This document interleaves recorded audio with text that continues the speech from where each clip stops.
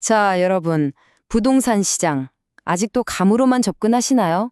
오늘 저와 함께 데이터 과학이라는 아주 강력한 렌즈로 우리가 그동안 철석같이 믿어왔던 부동산의 상식들이 어떻게 박살나는지 똑똑히 보여드리겠습니다. 어쩌면 여러분이 알던 모든 게 사실이 아닐 수도 있습니다. 자, 그럼 바로 첫 번째 질문입니다. 집값을 결정하는 가장 중요한 요인 뭐라고 생각하세요? 면적? 아니면 역세권? 다들 아마 비슷비슷하게 생각하실 텐데요. 그런데 말이죠. 잠시 후에 데이터가 보여줄 진실은 어쩌면 이런 것들이 생각보다 별로 중요하지 않을 수 있다는 좀 충격적인 사실일 겁니다. 바로 이겁니다. 이게 바로 오늘 우리가 탐험할 세계예요. 왼쪽은 아주 심플하죠? 아, 면적이 크면 평당 가격은 싸지? 이런 단순한 공식의 세계. 하지만 오른쪽의 현실은요. 와, 이건 뭐 금리, 정책, 사람들 심리, 심지어 옆집 공사 소음까지 모든 게 막 얽히고 설킨 거대한 거미줄 같아요. 기존의 낡은 자료는요.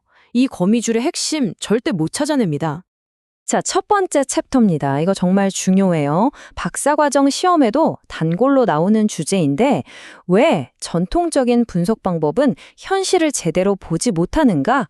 바로 이 지점에서 전문가와 비전문가가 딱 갈리는 겁니다. 우리가 흔히 쓰는 그 회귀 분석 OLS 모델이라는 게 있거든요. 이게 왜 복잡한 현실, 특히 부동산 시장 앞에선 속수무책으로 무너지는지 그 치명적인 약점부터 한번 파헤쳐 보겠습니다. OLS 모델의 가장 근본적인 문제가 바로 이거예요. 현실은 이렇게 울퉁불퉁하고 구불구불한 산맥 같은데 이걸 오직 직선자 하나만 가지고 설명하려는 거랑 똑같아요. 말이 안 되죠.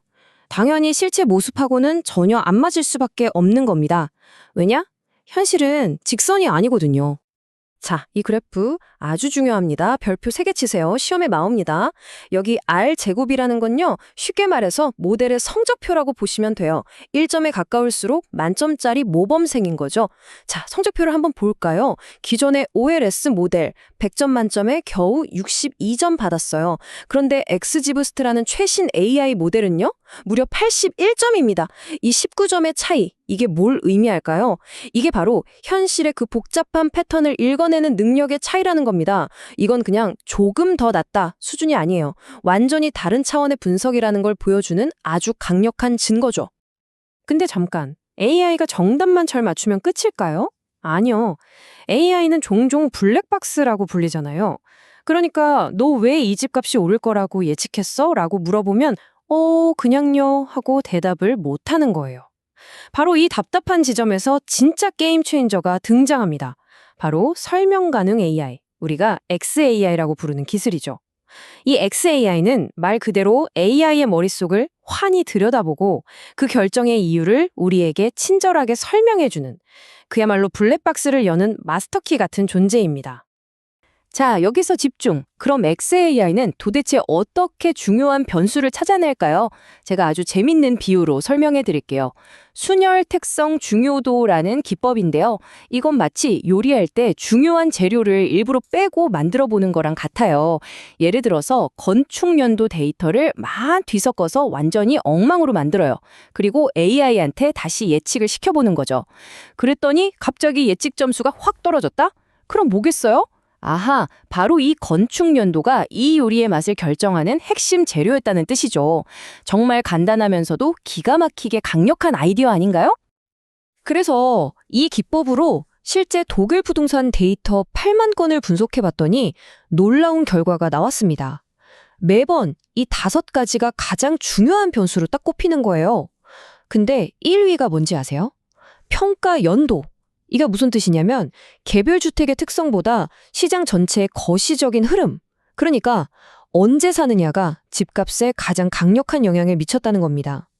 그 뒤를 이어서 건축 연도, 위치, 지역 실업률, 그리고 의외로 우리가 가장 중요하게 생각했던 면적은 고작 5위에 그쳤어요. 우리가 생각했던 우선순위랑은 꽤 다르죠? 자, 이제 어떤 변수가 중요한지는 알아냈어요. 산으로 치면 한 7분 능선까지는 운 겁니다. 하지만 이건 전투의 절반일 뿐이에요. 진짜 정상에서 보는 풍경, 즉 진짜 통찰은 그 변수들이 어떻게 가격에 영향을 미치는지 그 관계의 구체적인 모양을 파악하는 데서 나오거든요. 우리 부동산 시장에 거의 격언처럼 내려오는 말이 있죠. 큰 평수는 평당 단가가 싸다. 다들 들어보셨죠? 근데 정말 그럴까요? 마치 진리처럼 여겨지는 이 상식이 차가운 데이터 앞에서 얼마나 처참하게 무너지는지 바로 다음 슬라이드에서 여러분 두 눈으로 직접 확인하시죠. 바로 이 질문에 명쾌한 답을 줄 xAI의 비밀 병기가 있습니다. 바로 ALE 플롯이라는 건데요. 이름은 좀 복잡하게 들리지만 기능은 아주 간단합니다. 주거 면적이 딱 1평 늘어날 때마다 가격이 정말로 진짜로 어떻게 변하는지 그 관계를 마치 현미경으로 들여다보듯이 생생하게 그려주는 도구예요.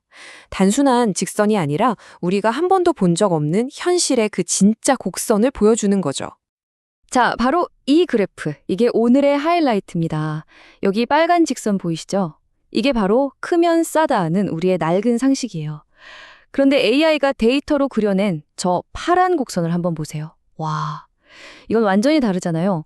아주 작은 소형 아파트랑 또 아주 큰 대형 아파트가 오히려 프리미엄이 붙는 U자형 패턴이에요. 오히려 어중간한 중간 크기는 저평가되고요. 결론은 뭐다? 크면 싸다는 말. 적어도 아파트 시장에서는 틀렸다는 겁니다. 데이터가 그렇게 말하고 있잖아요. 자, 좋습니다. 이제 한 단계 더 깊이 진짜 어려운 문제로 들어가 보겠습니다. 지금까지는 가격을 예측하는 문제에 집중했다면 이제부터는 데이터 분석의 거의 성배와도 같은 질문에 도전해 볼 거예요. 바로 원인을 찾는 문제. 특정 정책이 정말로 진짜로 가격 변화의 원인이었는지 이걸 어떻게 과학적으로 증명할 수 있을까요? 자, 아주 현실적이고 뜨거운 질문 하나 던져보겠습니다. 만약 우리 동네에 공공임대주택이 들어선다면 과연 우리 집값은 오를까요? 떨어질까요? 이거 정말 민감한 문제죠. 수많은 갈등과 님비 현상의 딱 중심에 있는 이 질문에 과연 데이터는 어떤 답을 줄지 한번 보겠습니다.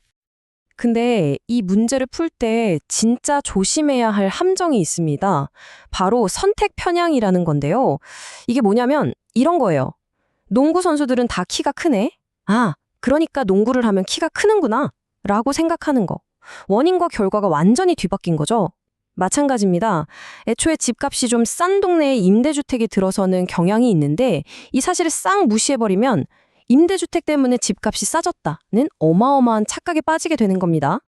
그래서 이 교묘한 인과관계의 함정을 피하기 위해 과학자들은 AI TSDID라는 아주 정교한 분석 도구를 씁니다.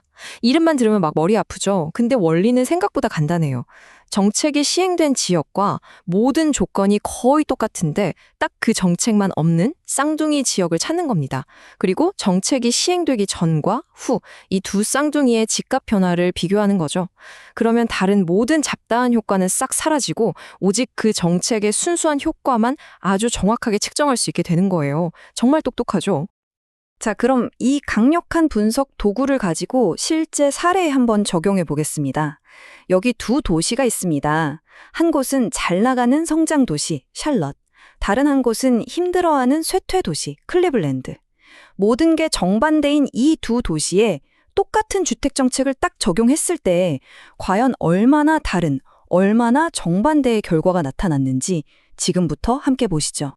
표를 한번 보시오. 두 도시의 상황이 정말 극명하게 갈리죠. 샬럿은 집값도 쭉쭉 오르는 잘 나가는 성장 도시.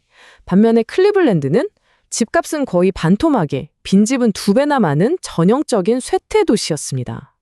자, 과연 똑같은 정책이라는 씨앗이 이렇게나 다른 토양 위에서 어떻게 전혀 다른 열매를 맺었을까요? 자, 먼저 잘 나가던 성장 도시 샬럿의 결과부터 보겠습니다. 결과는 좀 충격적입니다.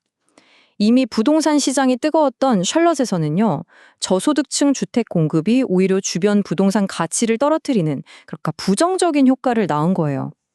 아마도 이미 잘 돌아가던 시장의 균형을 깨는 요소로 작용했던 것 같습니다. 그렇다면 반대로 힘들어하던 쇠퇴 도시 클리블랜드는 어땠을까요? 놀랍게도 클리블랜드에서는 정확히 정반대의 결과가 나타났습니다. 저소득층 주택 공급이 오히려 주변 부동산 가치를 위로 끌어올리는 긍정적인 촉매제가 된 겁니다.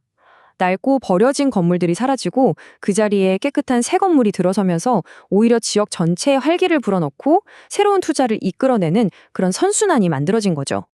자, 이 두 도시의 정말 드라마틱한 사례를 통해 우리가 얻어야 할 가장 중요한 교훈, 그게 뭘까요? 마지막으로 깔끔하게 정리해 보겠습니다. 자, 오늘의 핵심 결론입니다. 첫째, 부동산 시장을 볼 때 더 이상 카더라나 단순한 상식에 의존해서는 절대 안 됩니다. 어떤 도구로 분석하느냐에 따라 진실은 180도 다르게 보일 수 있으니까요. 둘째, 모든 도시의 통하는 만능 정책이란 건 없습니다. 샬롯에서는 독이 됐던 정책이 클리브랜드에서는 약이 됐잖아요.